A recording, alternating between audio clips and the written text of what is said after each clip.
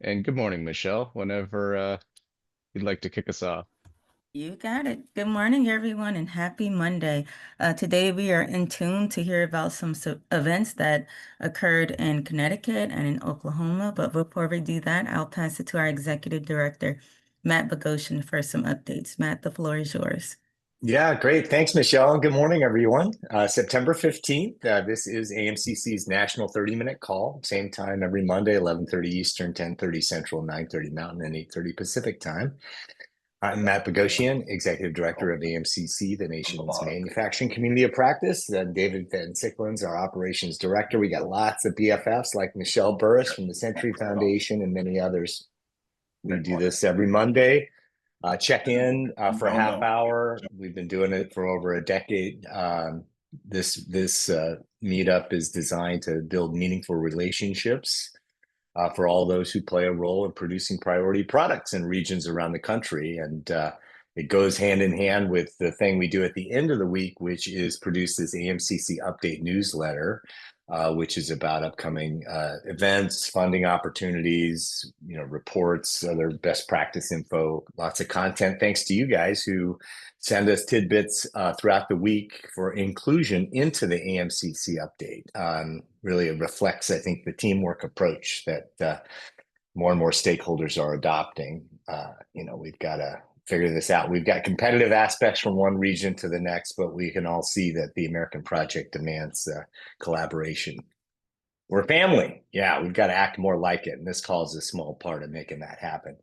So if you're new, welcome. These Monday calls come in two general flavors, both super informal, a roundtable call or a presentation call. In either case, we start off by asking a few folks to introduce themselves to model open source inclusion like we mean it. And we want to get to know you, how you and your organization, your region is helping to produce priority products. Then in some cases, we have the presentation, like I said, about something that you or your region is doing that works, that others around the country would benefit from. Or we just listen to you talk about opportunities and challenges. So we'll just get started and move out as David asked at the outset, if you put your name and affiliation in chat and use the chat. It's a great place to make the most of our 30 minutes together. So today, after a few intros, we're going to talk about in-person events. We'll first have Oklahoma's Stuart Harrison talk about the recent Fabtech 2025 event. That's a metal forming fabricating event in North America. And then we want to hear from you about your upcoming updates. Upcoming events that Michelle was referring to. We've got a lot of events coming up. Next month is Manufacturing Day, first Friday in October. So that's October 3rd this year. But for many regions, it's become like Manufacturing Week or Manufacturing Month. So we want to talk about what some of those events are, how you leverage them, how you use them to produce priority products in your region. So if you don't have anything happening, next month in your region, no worries. Listen up, man. There's a lot of people that have been doing it for a while. It can be very inspiring. And believe me, if you really want to do something in your region in Manufacturing Month, or any other time, you don't have to reinvent the wheel. I guarantee you there's people on this call throughout the AMCC network who will give you all kinds of free materials and advice to make good things happen. So a bit about in-person events. They're super important. They're necessary on many levels. Our 5-point theory of systems change relies first on relationships, which need both consistency and depth. And in our case, as the AMCC national network, this call checks the consistency box, but it doesn't get to depth of relationship, which is why we do site visits and AMCC roadshow events and the like. The challenge with that, of course, is time and money, but it's where the depth of relationship happens that leads to doing the four other things that are necessary for systems change, which is storytelling, strategizing, activating, and structuring. But if you don't have strong, authentic relationships, in our regions and across the country, the rest of it is a long shot. So Having a manufacturing day, week, month already on the calendar is helpful. Accelerant, so to speak, for building those authentic relationships that we need to produce priority products. So that's why it's important in our judgment, and excited to hear about some of the things that are being planned for next month. But let's get started first on intros. If you're new, just raise your hand. Come on camera if you can, and just introduce yourself and say where you are in the ecosystem of support for manufacturing, in whatever region you happen to be in. If you haven't introduced yourself for a while, raise your hand and reintroduce yourself. And I'd like to, if no one raises their hand, I like to call on people too. So, hey, Maggie Chambers, welcome. Hi. Hello, everyone. Apologize for coming right on camera. My name is Maggie Chambers, and I work with the Urban Institute for an organization called WorkRise. We're a network of researchers, but also practitioners thinking about job quality and how to provide upward mobility for workers. And we have a very specific interest in manufacturing. I did come online to give us a recent update, and I think AMCC was so kind to share our survey that we have going on right now. It's mostly just to gather from the community how research can better serve workers, how it can better serve the workforce field in general, but also how it can better serve businesses and philanthropy. So it's a wide range of questions. And when you open up the survey, you'll see which issues matter most to you. And we're trying to get a better gauge of it so we can better serve the field. So I'll drop that link in the chat now. Anyone that's interested, I'll also put our name beside it. So in case you need to reference it again later in the call, you can. We would love if you could share also online on your social medias or with other folks in your network. So thank you all so much. Really appreciate it. Thank you, Maggie. Daniel. Hi, everyone. Nice to meet you. My name is Daniel Pino. I'm a program coordinator for workforce development at the American Society of Mechanical Engineers, or ASME, as some of you may know. My specific initiative oversees, it's a no-cost initiative for community colleges. So if anyone wants to get connected, I will also drop some information in the chat. But thank you so much for having me. Pleasure being here. Yeah, it's great. It's great to be connected to you guys. Thanks for being on, Daniel. Anyone else want to introduce themselves or reintroduce themselves? All right. Is Stuart Harrison, you on? Hey there. Hey, how you doing, Stuart? Why don't you tell folks who you are, where you are, and tell us about this Fabtech event? Yeah. 100%. So I'm Stuart Harrison. I'm here with my colleague, AJ. We are right now in the Manufacturing Skills Academy, which is a training center for youth 18 to 24 in both employment readiness and manufacturing machining skills. So we also, our firm does the workforce development for the Oklahoma MEP. And so we were fortunate enough to go to Fabtech. You know, I've been in this work for about 6 years, and I've heard so many things about Fabtech and AMCC, and was really fortunate to get to go. We were there for two reasons. One, you know, with the MEP connecting with organizations like Fabricators and Manufacturers Association, PMA, and then also, you know, SME, communicating with them about other sort of like training initiatives and stuff that they were doing. They were very interested in this Manufacturing Skills Academy model. And so that was the other reason we were there, was looking for new technology for that. So while Fabtech is a lot on sheet metal and metal forming, there was a lot of additive manufacturing, robotics, and automation. That's going to be really critical for the type of education we're doing here, because although we are focused primarily on CNC machining, we want to expose young people to the most advanced aspects of manufacturing that we're seeing out there in new technology. That's what keeps them engaged, that keeps them interested. And so we were really saw some really cool additive manufacturing type stuff that For me, it's something I've been hearing whispers about, this new type of technology like 3D printing, but of metal, but never really seen it in a use case too much in my work. However, we saw a couple that integrate really well into CNC mills, which is a lot of the kind of machinery we already have here.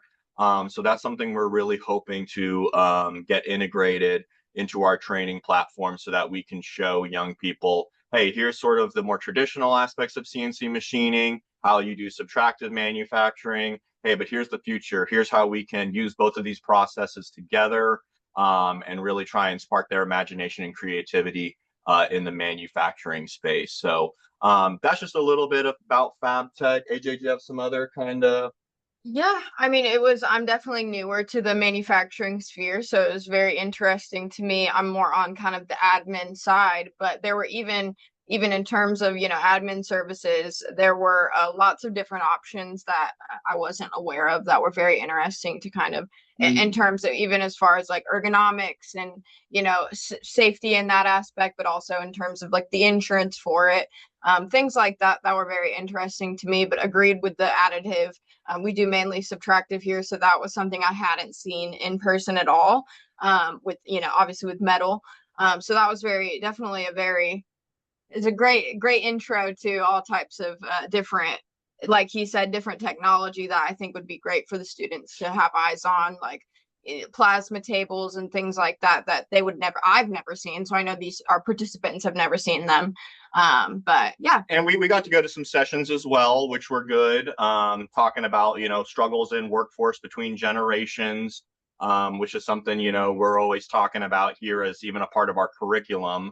And so, maybe that's something for another call, but we'd love to share more about this Manufacturing Skills Academy. We had our first class start 2 weeks ago, so we're still kind of getting going and exploring and really growing this project here.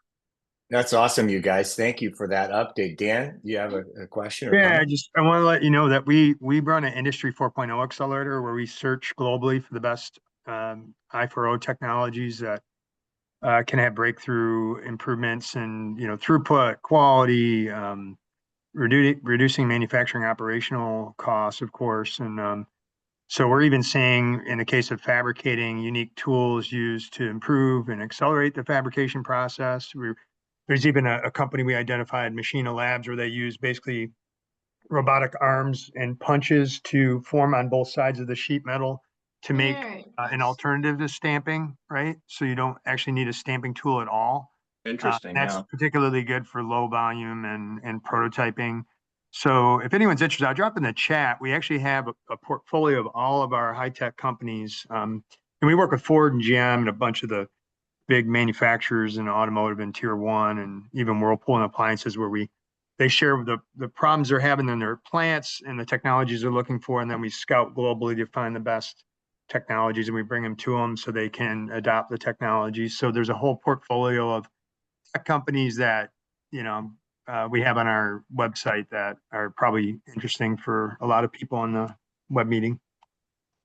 Yeah, that's great, Dan. Thank you. Nate. Howdy, thank you for allowing me to join this group here. I am working with the Strategic Value Plus with Nal Varinas, who's also here on the call. We find that the employees of manufacturers, really every kind of employer, but we're trying to focus on the manufacturing world, all do better if they are able to access their healthcare in a better way. And so we act as a bridge to the healthcare that employers are putting in place, and actually deliver primary care kind of to the lobby of the manufacturer's shop floor. So it's a wellness plan that also provides primary care. There's no cost to the employee. There's no cost to the employer, and in fact, it actually generates cash flow. So cash flow enhancer and access to an investment that's a pretty large investment for most employers. It works to both attract and retain employees. So I'm just trying to get that word out to the manufacturing world. Oh, that's great, Nate. Thanks for being a part and sharing that information. And as you can see, use the chat. Like, lots of folks are dropping stuff in the chat. Super useful tactic for making the most of our 30 minutes together every week. And again, in between calls, send us material that we can put into the AMCC update. Everybody, a lot of people do it. And David and I, do our best to curate, what's on the cutting edge. There's a question about California's MEP, and I think Carrie Hines, you're on. Do you want to give a quick response, Carrie, to what's happening? So for those of you that might not know the playing field, so the federal government's been investing in these things called the manufacturing extension partnerships around the country for decades, and there's been some doubt about whether or not the program will continue in what form, and it's and right in the center of it, leading the MEPs has been Carrie Hines. So Carrie, thanks for a nutshell on responding on the California question. I think a lot of folks have that concern. Yeah. Sure. Thanks, Matt. First of all, there is definitely ongoing funding issues with MEP centers across the country. We're in a good spot right now, but it's always tenuous based on the next year's fiscal year budget. The California situation is essentially recently CMTC, or the California Manufacturing Technology Consulting, which is the California MEP Center, was notified, NIST MEP notified them its intent to terminate the cooperative agreement. And so because of that, CMTC will cease operations September 30th, 2025. Details of that termination is ongoing and remain kind of between NIST MEP and CMTC. So any questions regarding the specifics of it should really be directed to the leadership of either NIST MEP or CMTC. But that's kind of the situation now, separate and apart from the ongoing funding struggles of the rest of the country.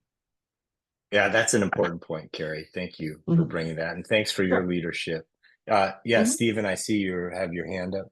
Yeah, we found out about this a few weeks ago too, because we were a longtime grantee of CMTC.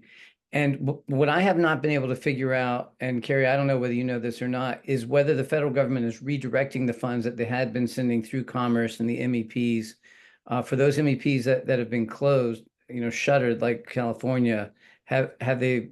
Do we know anything about whether those funds are going someplace else, a place where organizations like ours should look? No, right now it is, first of all, they're the only one. They haven't actually shut down. They'll shut down at the end of September. And the only other one that shut down was Alaska. So the funds that are not being redirected, that has to go through a formal competition that has to be public. So it's a formal competition for the NIST MEP funds, and they would have to publicize that. So no, at this time, none of those funds are being redirected. Again, Carrie, thank you for your leadership. Appreciate our partnership, and we got a lot of hard work to do and a lot of wild cards at play, but it doesn't change the fact that we've got to work together better to really get to ultimately structures that make more sense long term for the American project. I mean, that's why we've been pushing. We have this September 30th deadline for a new national strategy for advanced manufacturing. That's in our AMCC update. That's coming up, and it's easy to chime in. Everyone should chime in on what ought to be the new national strategy for advanced manufacturing, or whatever kind of subset within that you feel that you can speak to it. Right? This is a big fat opportunity. If it's workforce, or if it's supply chain support, or if it's capital access, whatever the case. The feds, they have a lot of good things there, but they don't have the real on the ground experience that you all have in terms of what works, what ought to be, the kind of federal investment into bottom up ecosystem support for manufacturing. So check that out, and let's talk more right now about events. We have a lot of events that are coming up, we actually had one this week, Carmen Molina Rios, if you're on, so New England has, like every region around the country, have a lot of challenges in working across jurisdictional lines. And so they have tried to solve for that up in New England around the defense energy by creating an organization with 6 states. And we were lucky enough to be invited to be a part of one of their 6 state meetings, this NERDIC group. So Carmen, you want to give a quick nutshell about that event and why it was important? Sure. Hello, everyone. As Matt said, Connecticut is part of the New England Regional NERDIC.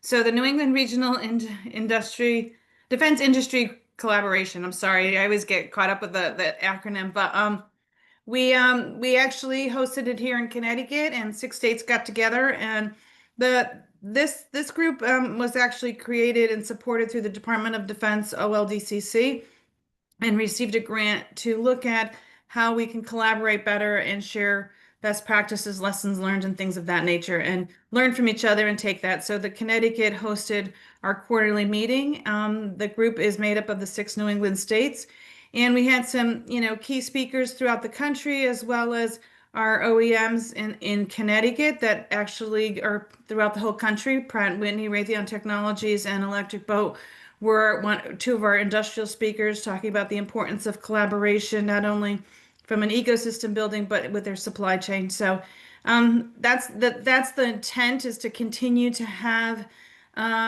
hear from our industrial base, learn what states are doing to support that, what opportunities are there to collaborate across states.